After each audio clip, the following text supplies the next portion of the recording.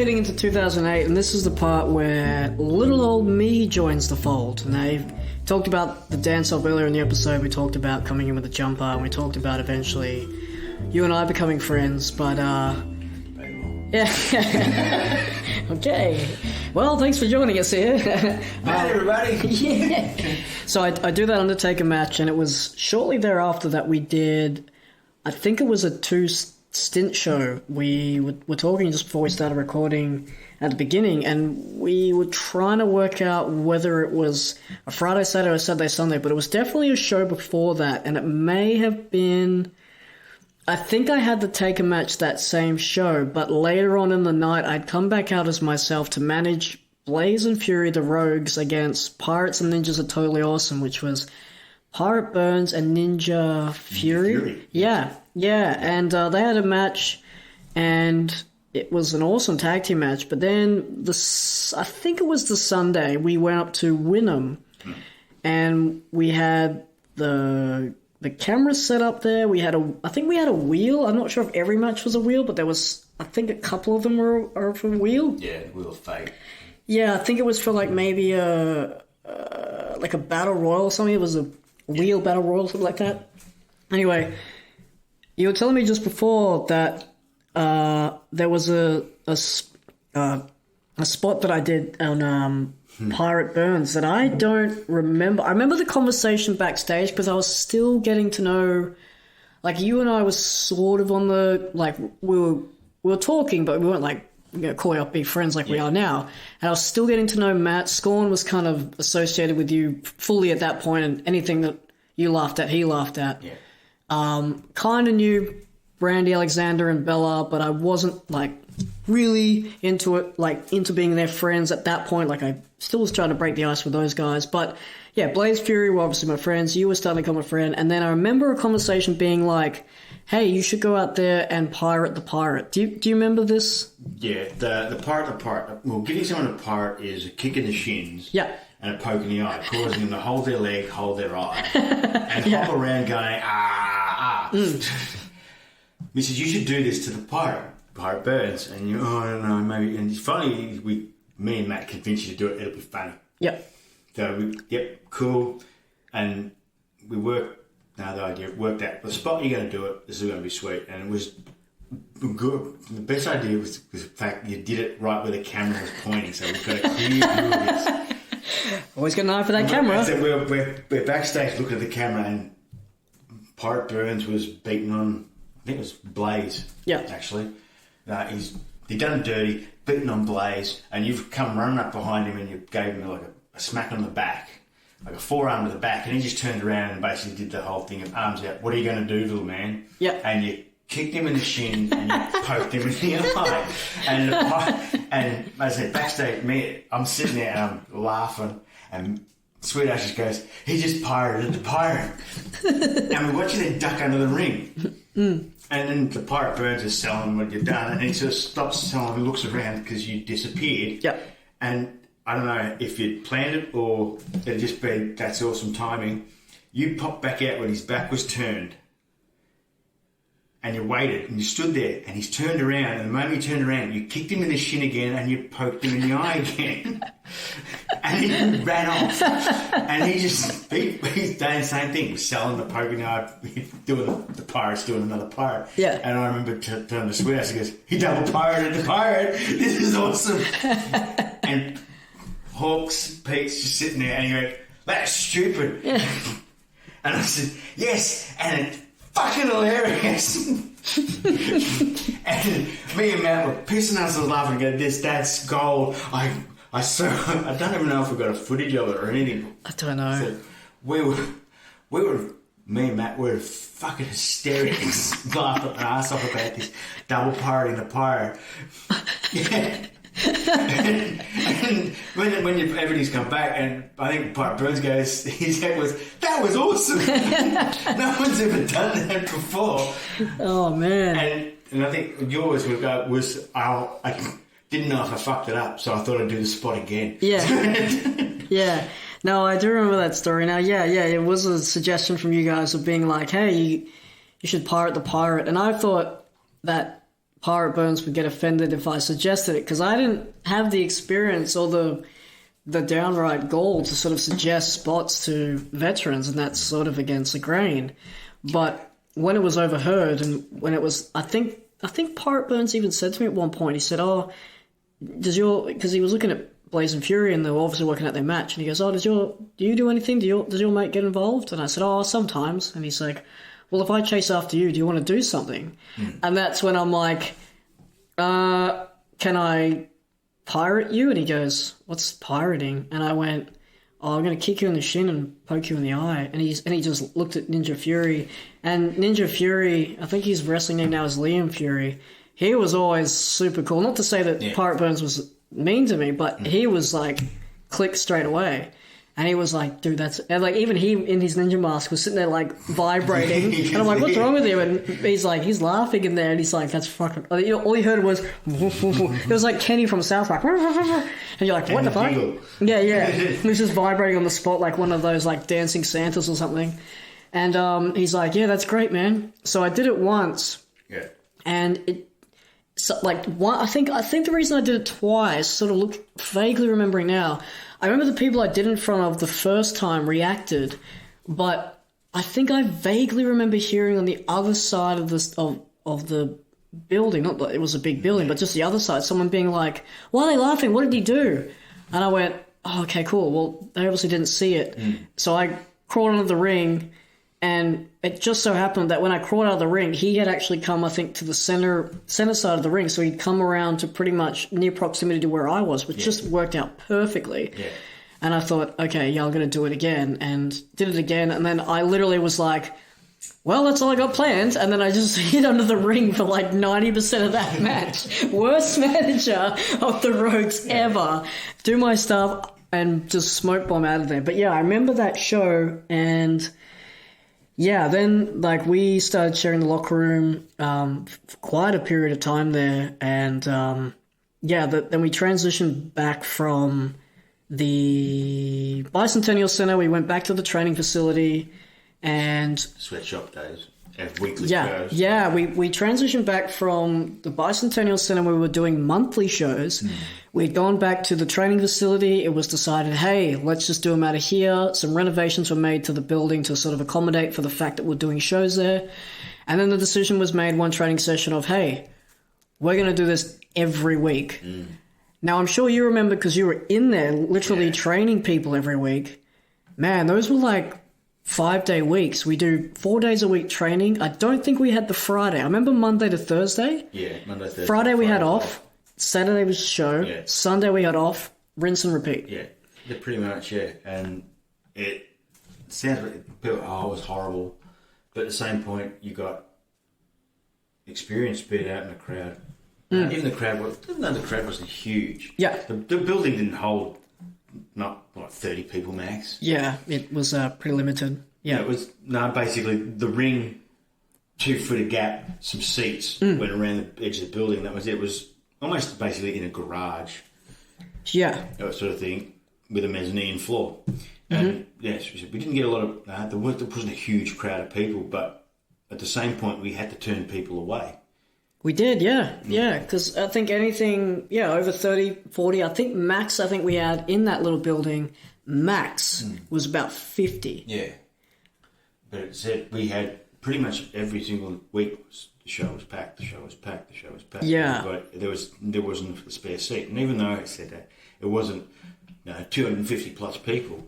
They were still loud. They were loud as hell, yeah. Plus the fact the building was small, that probably helped.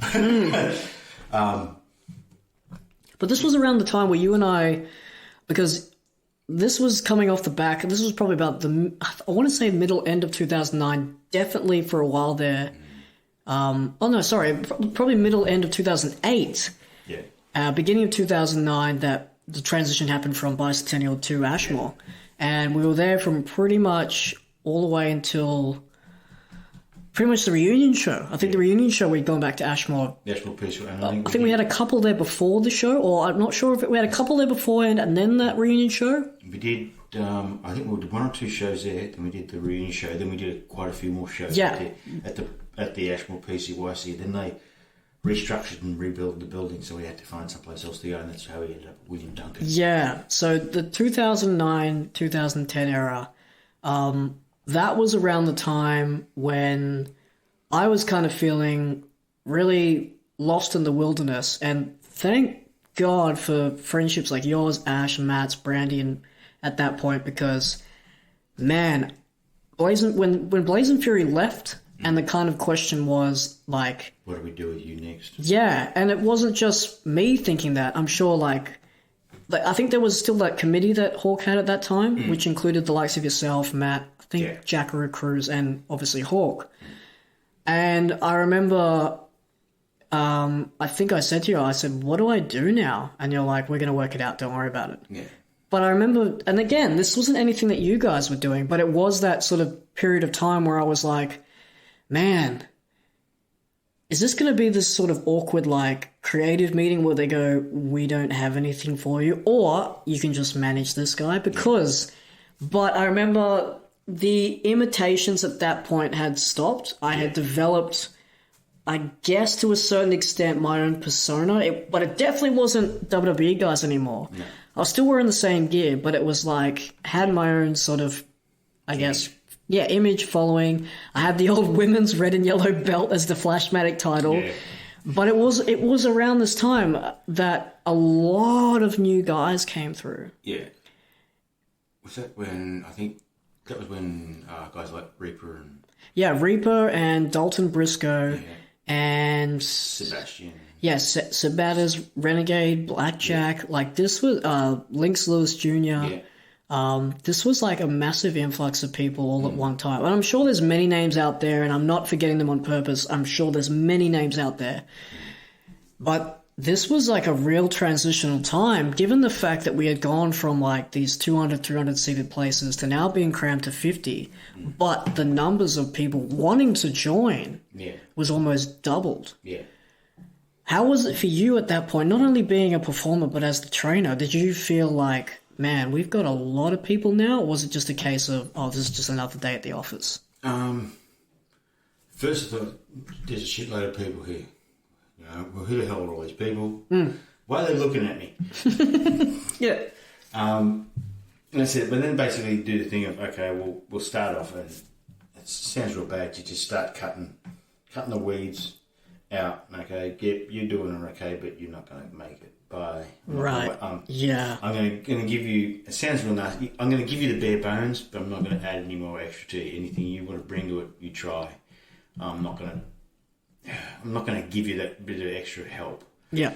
Then there's other guys that you went, okay, I'm going to help you a bit, try and help you a bit more because you're showing some enthusiasm, you're showing some promise, or my main thing is you fucking listen to what I say. Sure, yeah. People who give you you give them some advice or something, and you get the yep, okay, yeah, no worries, man, and they walk off. Okay, well, you can get fucked. Was there a system in play where it was a case of like a review check? Like, did Hawk say to you, hey, how did that go, and who's doing what? You get to us, oh, how's he coming along? Right. But you know yourself, Hawk used to sit there and just stare and watch people train. Oh yeah.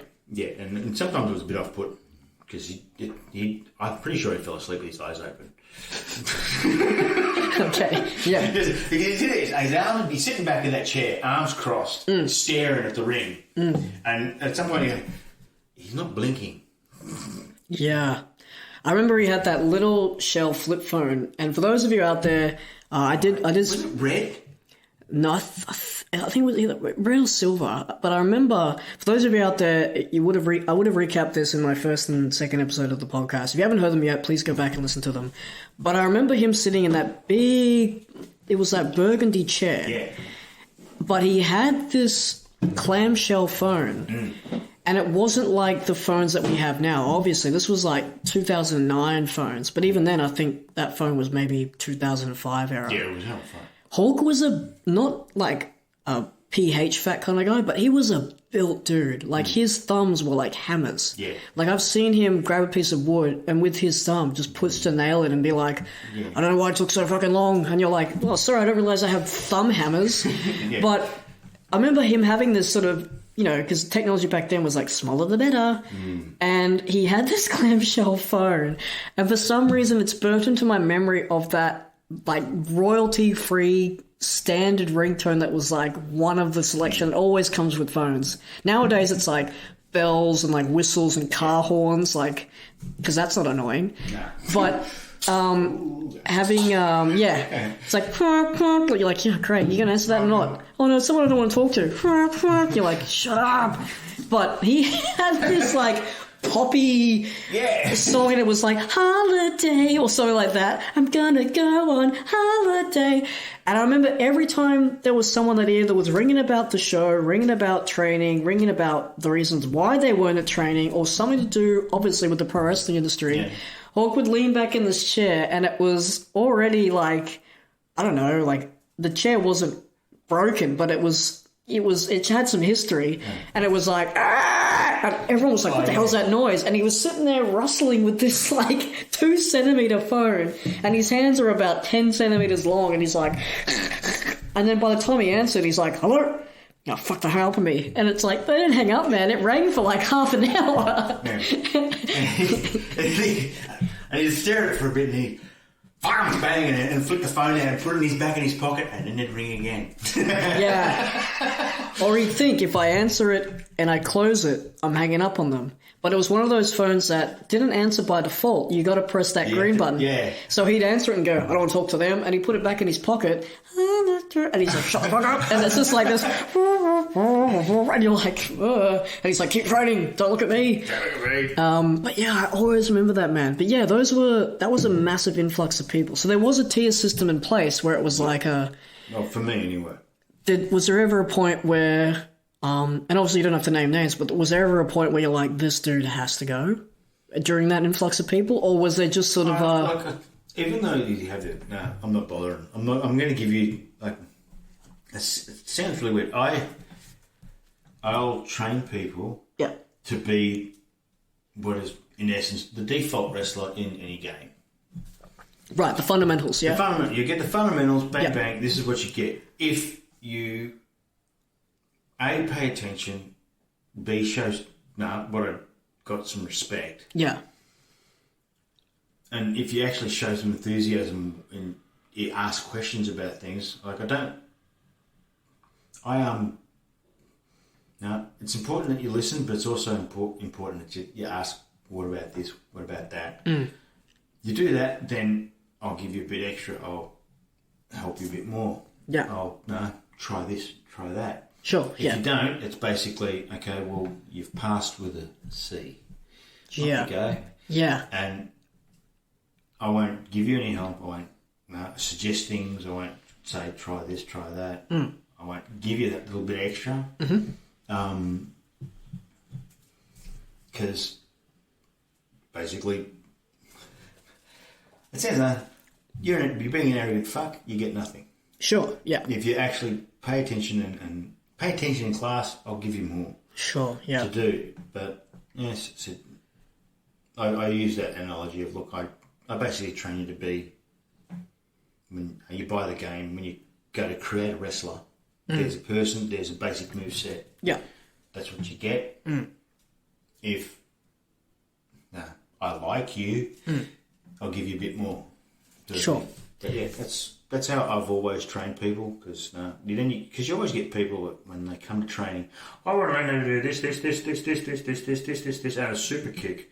I'm like, yeah, it's just, go away. Yeah, it's just filling in the gaps, just playing no mercy. Yeah, you're going to learn how to fall first. Oh, I don't know how to fall. Really? Yeah. Okay. Can you bounce off the ropes for me? Wrong. Bounce off the ropes for me? Wrong. Bounce wrong. Yeah, I remember that.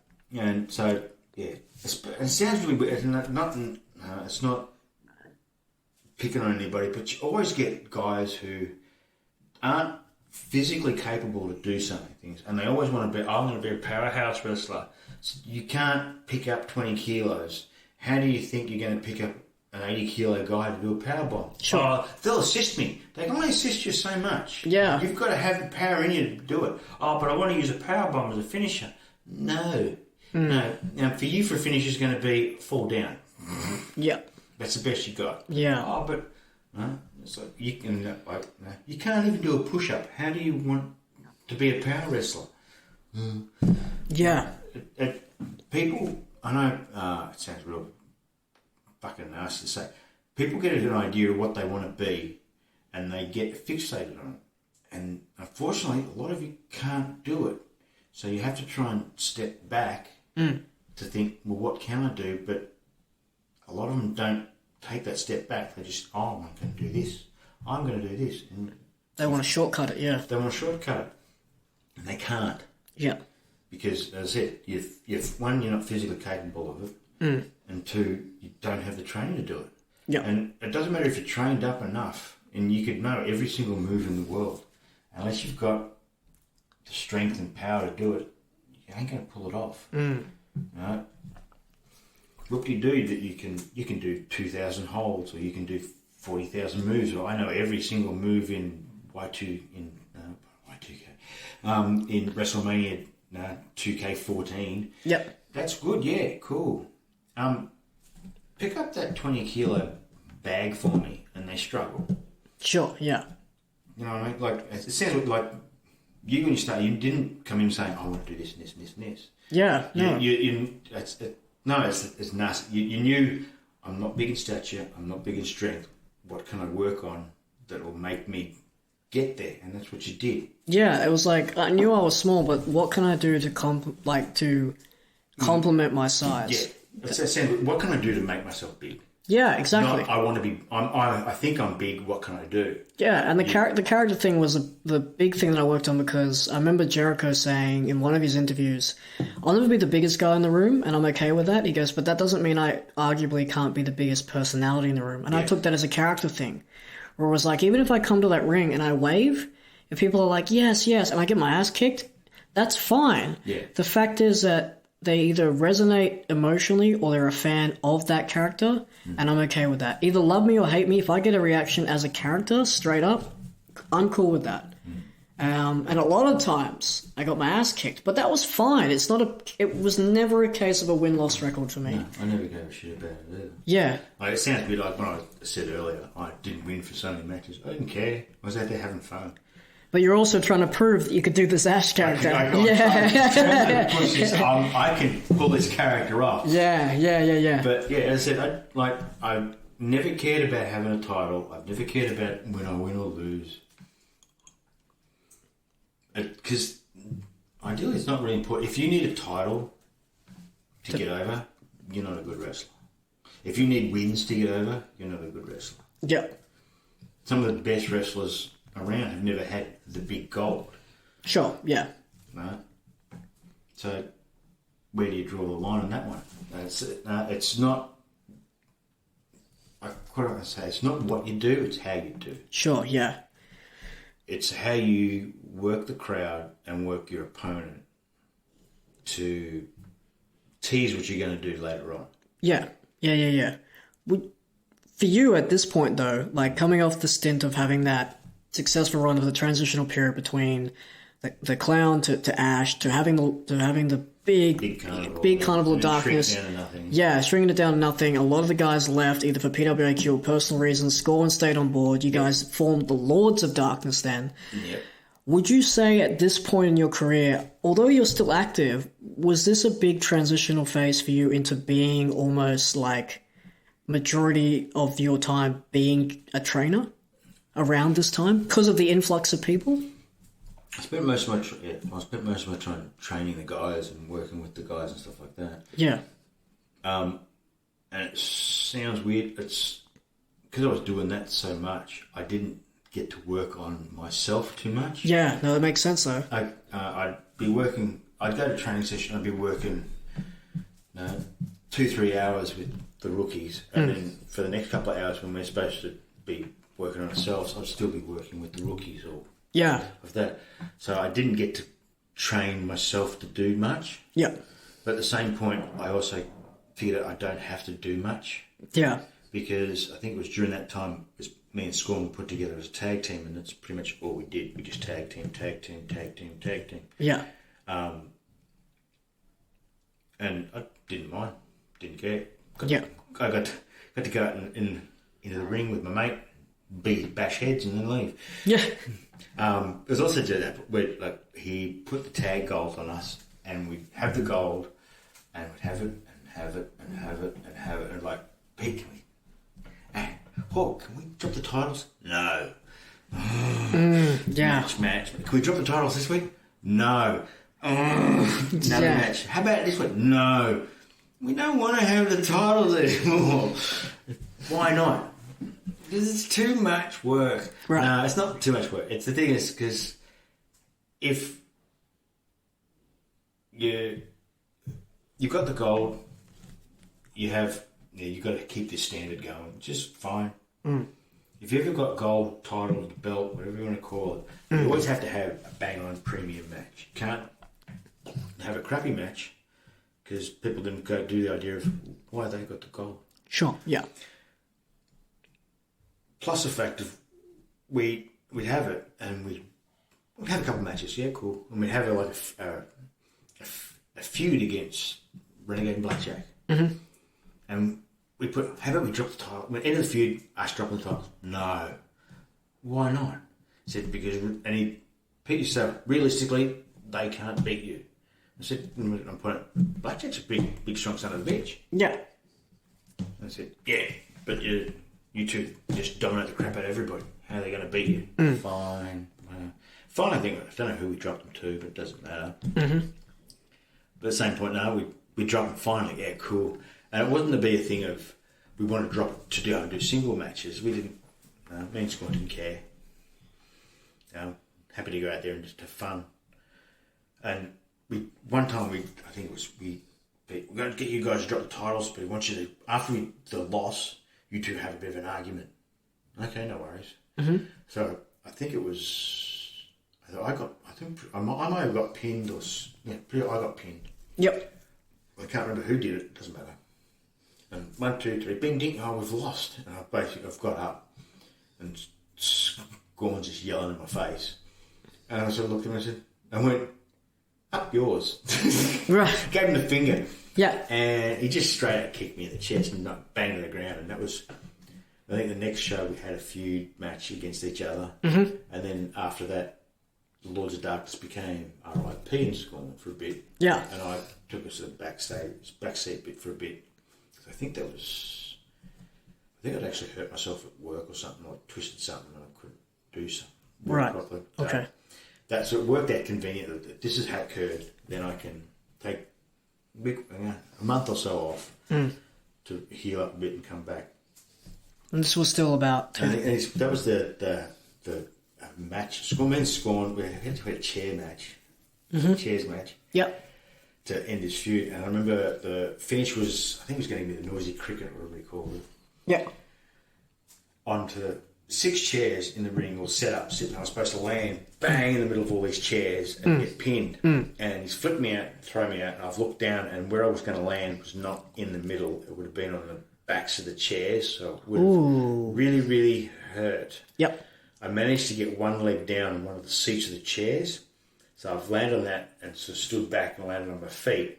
And I look up at him and I give him the finger again. Yep. Up yours, you failed. And he speared me over these chairs into me. And I don't actually remember him, us hitting. I remember getting hit. Yep. And that's it. And the next thing I was outside the ring. Oh, cool. So he's hit me that hard, he just rattled my brain. Nice. Bang, and then I'm outside the ring thinking, what the hell happened? Why am I out here? Yeah. And then I said, no, what the hell? And then basically he's grabbed me and he's thrown me back in the ring and I go for the pin after that. Yep. But yeah, so the thing I remember that, looking down going, the back of the chair, this is going to hit me in the balls. Right. This is really going to hurt. Quick now, bang, bang, land. Haha, it didn't work. Up yours. And he said, it was 3 chairs in a row, 6 chairs all up. Yep. 2 rows of 3. No, the seat parts all together, and he's speared me over those into the ropes and then through the ropes out on the ground. So I don't remember actually hitting the ground. Right. That was Ali. But it was shortly after that feud happened, you guys, the Lords of Darkness split. The last remaining couple. We didn't. The Lords of Darkness didn't split. I left that group, and RIP became... Yeah, okay, so you left the group. What was life like for you at that point? Were you able to sort of go back and do the family life at that point, have that month off to heal? I think it ended up being more than 1 month. I think I think that might have been... I was just getting burnt out a bit. Creatively or just physically? Just physically. Was that... I don't remember. I'm pretty sure that was around the time I blew up training and had a yell fit at everybody. Yeah, okay. And, yeah, sure, I don't... Thankfully, I wasn't collateral in that. I don't think I was there that day. But yeah. Yeah, that's just... And so I had... it was a simple drill that I was trying to get people... And everybody was stuffing up over and over and over and over again. And it did my head in, and I think I finally just blew up and I just had a major yelling fit. And I was just explosive words everywhere. Right. And I've done that, and then Pete's just appeared and said, "Ash, can I talk to you for a sec?" Right. I walked aside and he goes, "You okay?" And I said, "No." And I think, I took... I was hurt. My body was hurting, and other things were going on. Right. And he said, do you need a bit of time? And I said, yeah, I need a bit of time. So I think I take like 2-3 months off. I still came and trained people, but I didn't do anything with the shows. Yeah, I remember you still being at training, but it wasn't the you that I'd met training. It was sort of you were there, but it wasn't like all the lights are on. No. As I said, I took time off. And then when I finally did, I came back. I think it's when I had a quick feud against a weird one when I came back. Yeah. But yeah, I think that was during that time was when I'd ended up in real people world. I'd been dudded on work because I was doing carpentry at the time. Yep. I was out of pocket from work about 30 grand. I just lost my house. Pretty much just lost my car. I pretty much had nothing at all. I said, no. The house wasn't wonderful. It wasn't multi-story, 27-bedroom mansion. It sounds weird. It was a crappy little 3-bedroom townhouse. Yep. But losing things like that, being actually because of work being making me out of pocket and stuff like that, I ended up having to go bankrupt and legally go bankrupt and all this other sort of shit. And wow. Yeah. And it wasn't anything to do with wrestling at all. It was all due to work, but that started bleeding into wrestling, and I just got to a point where I just couldn't take shit anymore. And I was going to... It sounds real nasty. I'm pretty sure I was going to end up hurting someone purposely in the ring to take it out of aggression. Yeah. So I stopped. Yeah. And did all the personal side of everything I had to fix up before I decided to come back again. For sure, yeah. Which, I let Pete know what was going on. He basically, I let Pete know what was going on with me, and then a couple of sessions later I had the big blowout and I had a screaming session at everybody. Mm-hmm. And that's, no, Pete, do you need to take some time? Yeah. So I went, yeah, I do. He was really good like that. For the hard exterior man that he was, like if something was wrong, he would be like, hey, he'd pull you up like anyone about it. Well, it was when I got hurt and I pretty much destroyed my knee, Pete used to ring me every single week. Right, because this is the time now where you've established yourself as a trainer. We've transitioned over to William Duncan. We're starting to do the shows there. I left. Yeah. I did the feud with BJ Blade. We'd been there from about, I think, early to mid 2012. We joined up at coming off the Ashmore PCYC.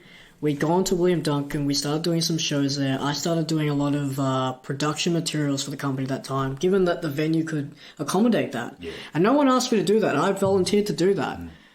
But in 2013, I started having like a few disagreements and a few personal issues of my own going on at that time that led me to have sort of arguments back and forth with Hawk. And eventually I thought, man, I got to ace out of here. I don't want to, but I've got to hit the road. But I remember still remaining in contact with you and a lot of the old guys. down there, a lot of the originators, and I had heard on the wire that you had done an injury, and I think I rang you, maybe a couple of days after, because I think the initial time you may have been getting it scanned or getting it looked at, but I remember ringing you shortly after. So take me back to that moment. So we're at William Duncan. I've left.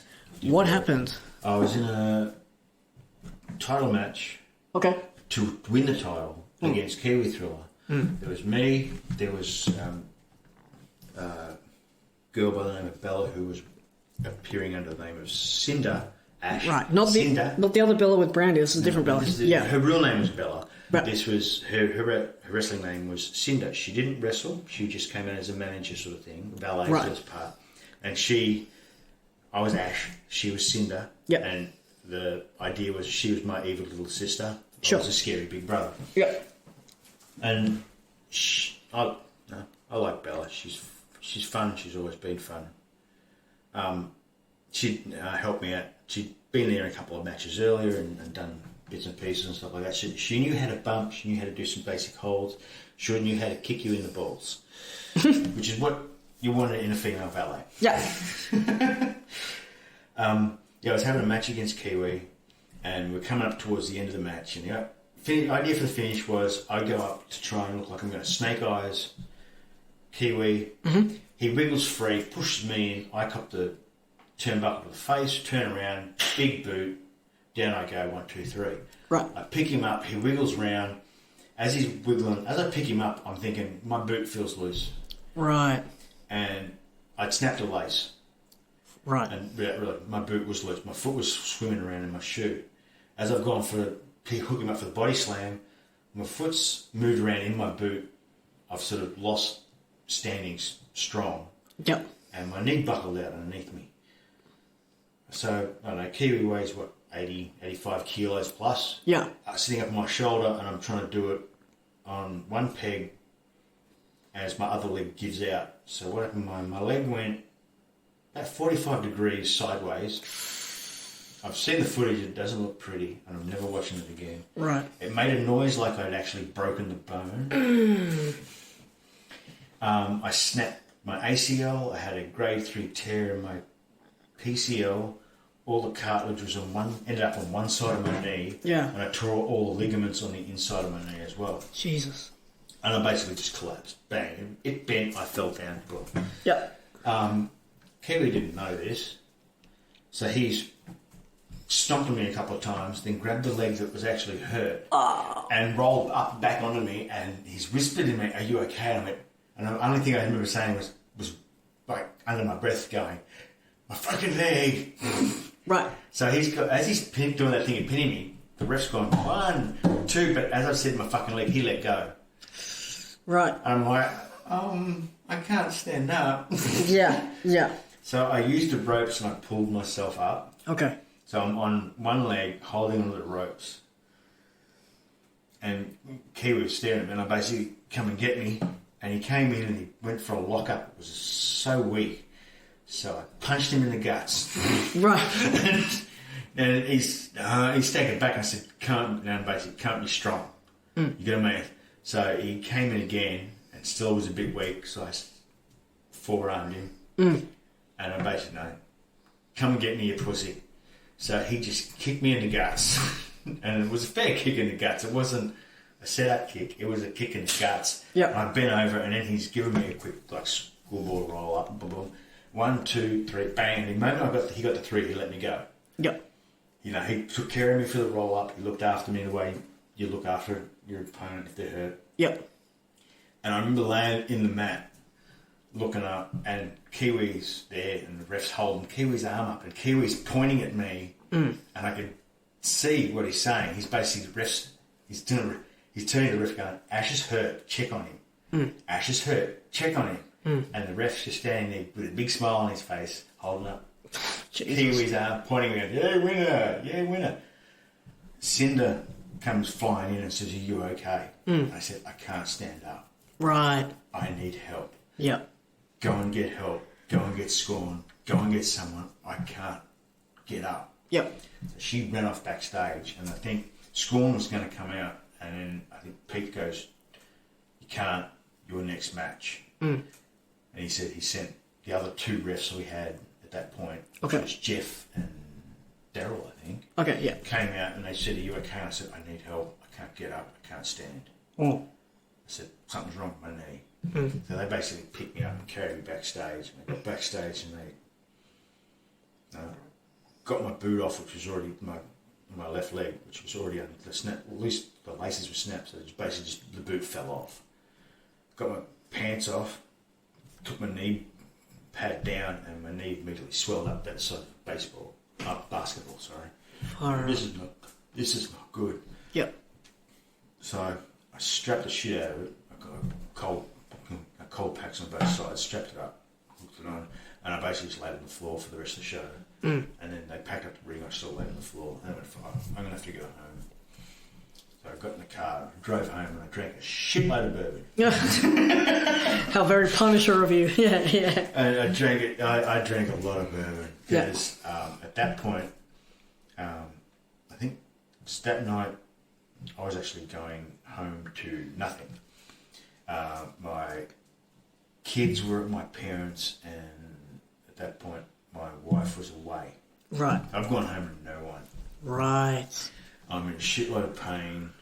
I can't walk properly. I basically, I think I used a kendo stick as a walking stick to get into the house. And I went into the garage where Manland is. Yep. Was in, and I think I drank just shots of bourbon until I passed out. Right. And I woke up the next morning going, oh man, and I took all the compression band and stuff I had on my knee, and my knee had shrunk down. I thought, okay, it's really sore, maybe it's okay. I went to stand up, and I just fell back over. I'm like, this is really bad. Yeah, that's bad. I had knee braces and stuff like that, so I just put one of them on and cranked it up as tight as I could.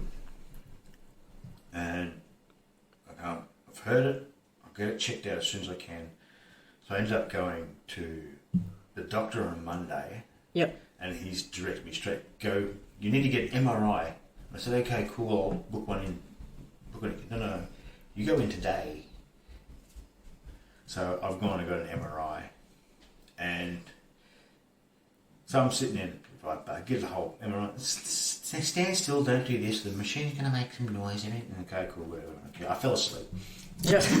Sorry, I'm being quiet. Yeah. I fell asleep in the machine, and then I got woken up. Told I was going to stand over here, so I hobbled over and sat in a chair and I waited. And they said, your results will be ready in about 10-15. So I waited. And then the results have come out. The nurse has come over to me and said, I've got your results. I said, oh, cool. And she's flicked through some pieces of paper and went, I'm going to get a doctor.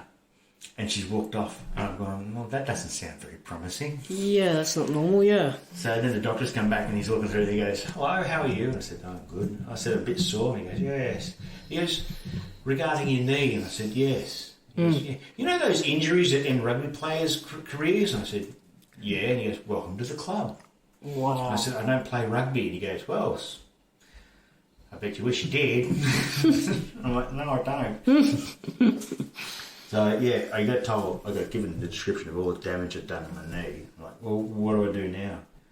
And he said, I'm going to give you a referral to a surgeon for this and that. Yeah. So I ended up at the Gold Coast. I think it was Griffith Uni had just opened at that point. Yeah, okay. The medical school part of it. Yep. I went there and basically, a few tests, a few poke and prodding, and rather unsettling stability tests they do, which really makes you feel like your leg's going to fall off. Yep. And you snapped your ACL. Okay, cool. Wow. What do we do to fix it? And they said, well, we've got, I think, a cadaver graft, your patella, or your hamstring. And I said, well, I found out I couldn't do the cadaver graft because of existing things I've got that actually would flare up to such a degree my body would reject what they do. Right. So they basically said, well, your only choice is your own body parts. That way you don't need any rejection stuff. I said, okay, cool. And a few tests and they figured out my hamstring's the best bet, your patella no. So yeah, they took my hamstring, or part of my hamstring, to give me a new ACL, which is basically drill a couple of holes, tie a knot in each end, and pull it tight like an elastic band, and there you go. Wow. Okay. Yeah, it's drill a hole in the top part of your leg, drill a hole in the bottom part of your head. It's not like this, but it's basically tie a knot in one end, feed it through, pull it tight, tie another knot, and there's your ACL. Ta-da! Wow. That's simplifying it to the max, but that's what it is. Yep.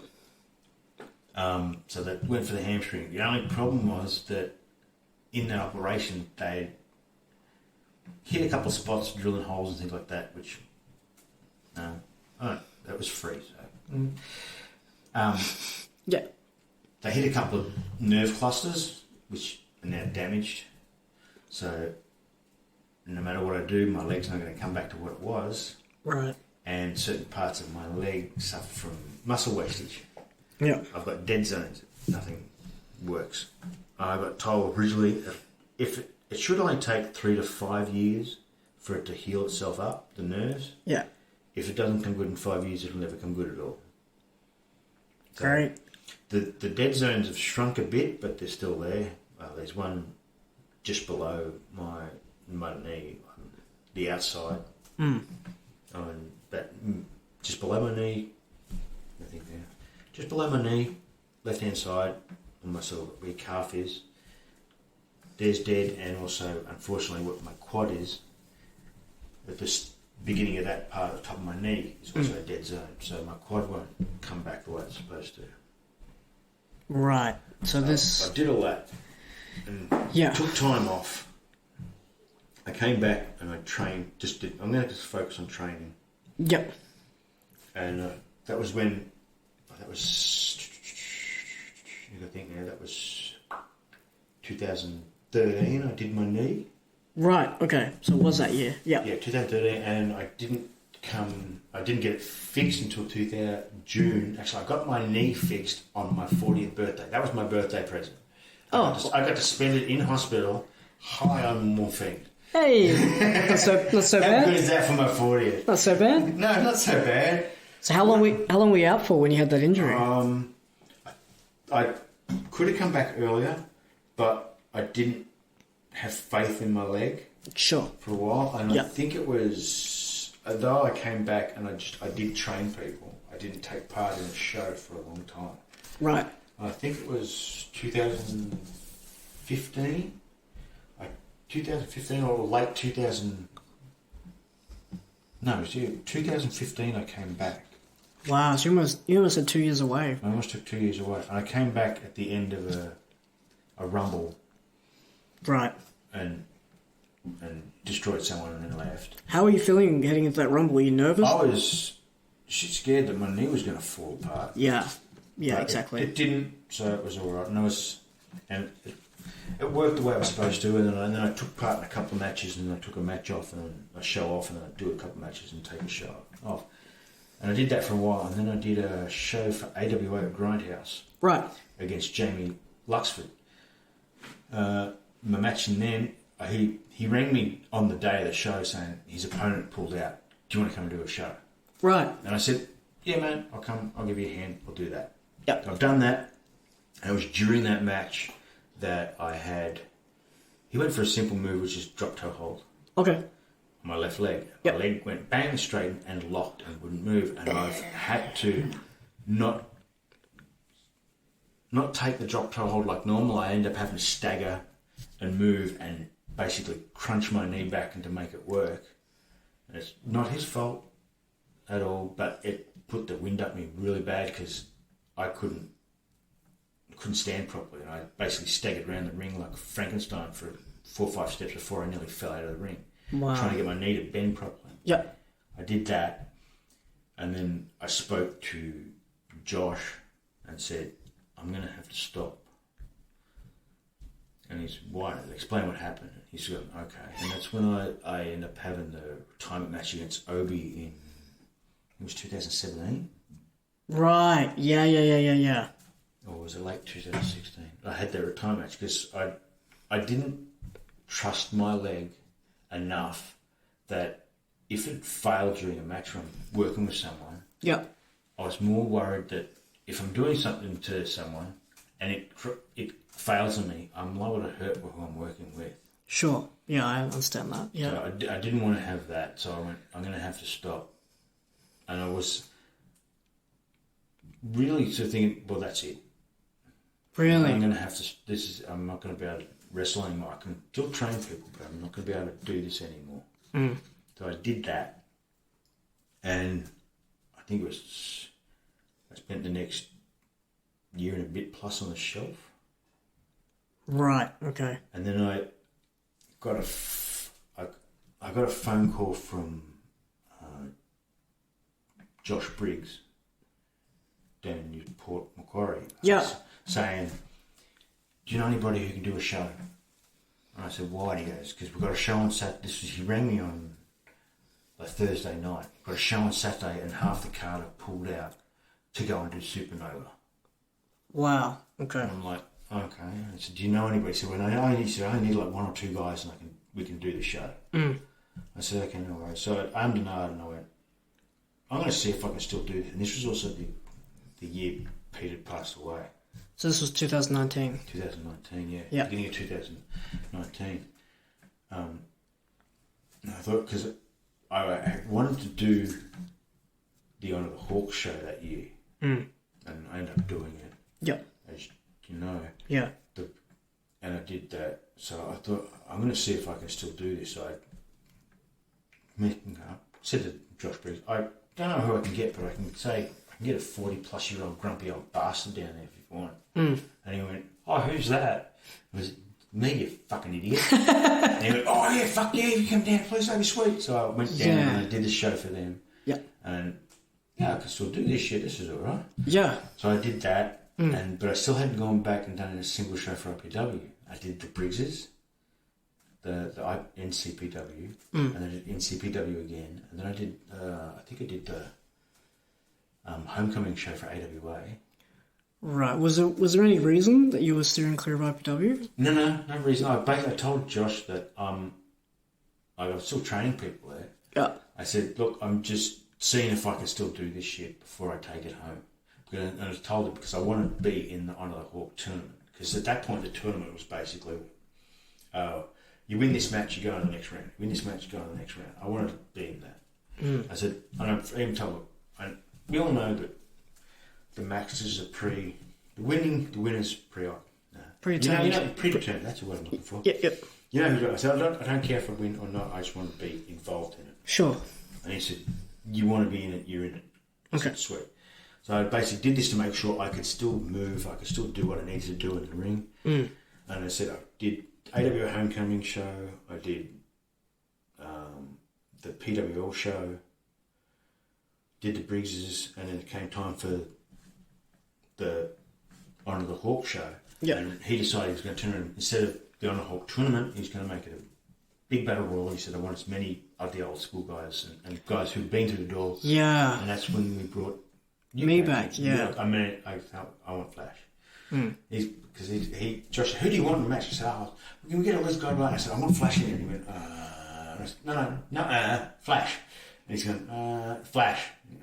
Flash. And he's going, yeah, fine, Flash. Yeah, because there was 6 years at that point. I know. It was 6 years away. 6 years of not having me there, and 6 years of me and Maddie going, big flashback. Yeah, big flashback. I remember, because I would talk to you guys almost monthly about that. You're a pretty reserved guy emotionally with a lot of things, and that's not a negative, that's just who you are. Yeah. But I wasn't there, I wasn't at home in IPW when that news came down the pipeline. I was at the memorial and I came to the show and I came to the reunion show in 2019, thanks to the likes of yourself and Maddie and all the old school guys. And of course Josh saying, okay, yeah.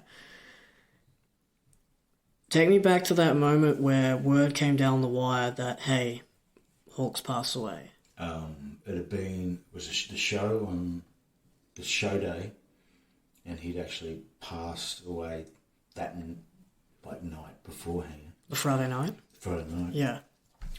I turned up to the show and I walked in the door and Taryn was at the front counter thing where it's setting up the ring and stuff, and I said, hey, how's it going, blah blah. She just turned and she goes, you need to talk to Josh. And I said, what? He goes, she pointed at the kitchen, he's in there. Go and talk to Josh. Wow, okay. I thought, have I done something wrong?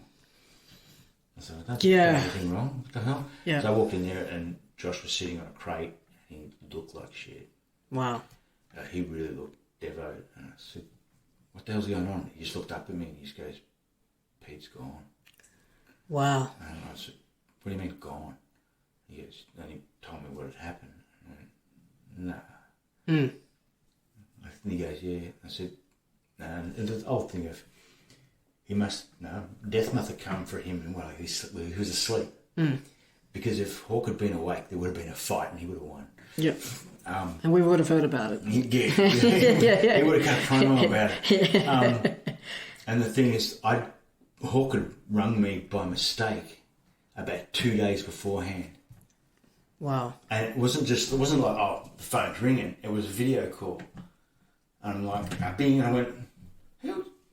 I went, what the hell is Pete, like a video FaceTiming me for? And I'm bing, and I went, hello, and he was in hospital with beeps and stuff like that. And it was that, and so I saw him and I went, hey Pete, and he looked at me and went, oh shit, and the phone went down, and I went, what? And then the phone moved, so it was up near his ears. You could tell, I could see his jaw. So yeah. And he's like, oh, how's it going? Good. I said, how are you? And I said, and he's like, I'm all right. I said, you sure? And he goes, yeah. And I said, you're in hospital, aren't you? No. So you're lying, aren't you? Maybe.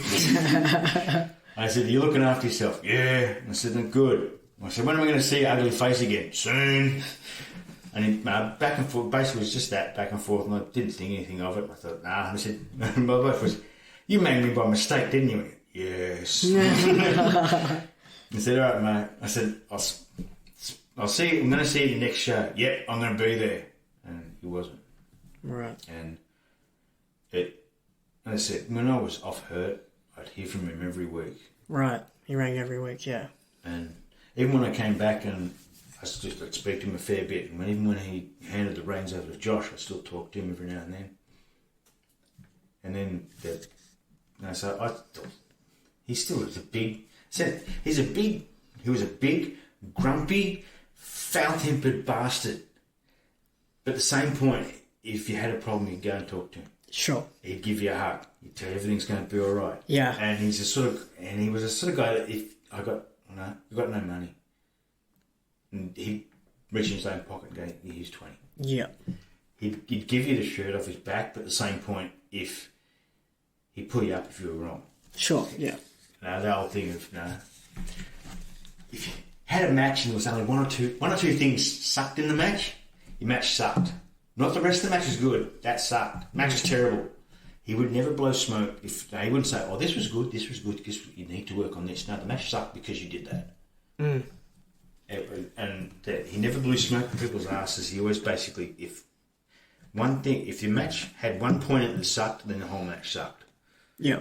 And I said, I think when I wrote a thing about him about this and that, and he was a father figure, a mentor, a teacher, a counsellor, and a friend, and a grumpy old bastard. But you wouldn't want him any other way. Exactly. So, what was that vibe like? Because obviously, were you one of the first people to turn up to that show and hear the news, or were you sort of like... I don't know if I was one of the first people, but... Was there other people there? There was other guys there, and like when I said, there was other guys setting up the ring, because I got there at 1 o'clock or something, and right. they'd been there since 12. And there wasn't a lot of stuff, like the ring was getting put up, but it wasn't like it normally is. And I said, holy shit, sort of thing. And I got told Pete's gone. And I went at the back and just went, what the fuck? No. The way, Pete. Yeah. This prick's never going to die. No, man. No. Like I thought I'd die before him. Yeah. Honestly. I use it like that. Prick's never going to die. No, I love Pete. Sure. He gave me a shot at being what I am now. He had enough faith in me to keep trying the character I wanted to. Yep. As I said, when I was off injured, he'd ring me every week. Yep. And tell me how things are going, ask me how I'm going, what's happening, and stuff, blah, blah. And he'd always finish the same thing, we're missing you down here. Yeah. It was... So when that show, when a couple of show, like when a couple of the guys that you either knew beforehand or started turning up, did they get the same thing? They spoke to Josh and they got told when they walked in the door. So they got told in the door, and then go and speak to Tara. Tara told them to talk to Josh. So who was it at that show? Do you remember that was some of the people that you started with? So Matt was there. Was Matt there? Like Sweetheart was there. Sure Matt was there. And Scorn was there. Scorn was there. What was the consensus like with you guys? Well, we knew Pete was sick, but we didn't know how bad. Yeah. And it was something of because he'd appeared a couple of times at the shows just to stick his nose in and see how things were going, and sometimes he looked good, sometimes he didn't, and sometimes he looked a bit. I hate to use the word frail, but other times he looked like he was just as hard as ever and could jump in the ring and go for his life. Yeah. So it's hard to judge how things were with him, and then as I said, I think he'd been at a show like 2 or 3 months earlier, and he looked okay. Like he looked like he'd lost a bit of weight, but that was about it. And then to get told that he's gone now, and as I said, the vibe of the show, it really killed any enthusiasm for the show because I just want today to be over. Thanks. Yeah, exactly. I want to go home. No. Take a shot for the man. Yeah. Alright, you guys, that'll do it for part 2 with IPW Legend AsHe. But don't fret. Don't worry, there will be a part 3. It'll hit in the airwaves next week. Hey, if you haven't done so already, please hit up the socials at LMBC Podcast on Facebook and Instagram, and at LMBC_podcast on Twitter. Thanks so much for listening in, and I'll see you next week.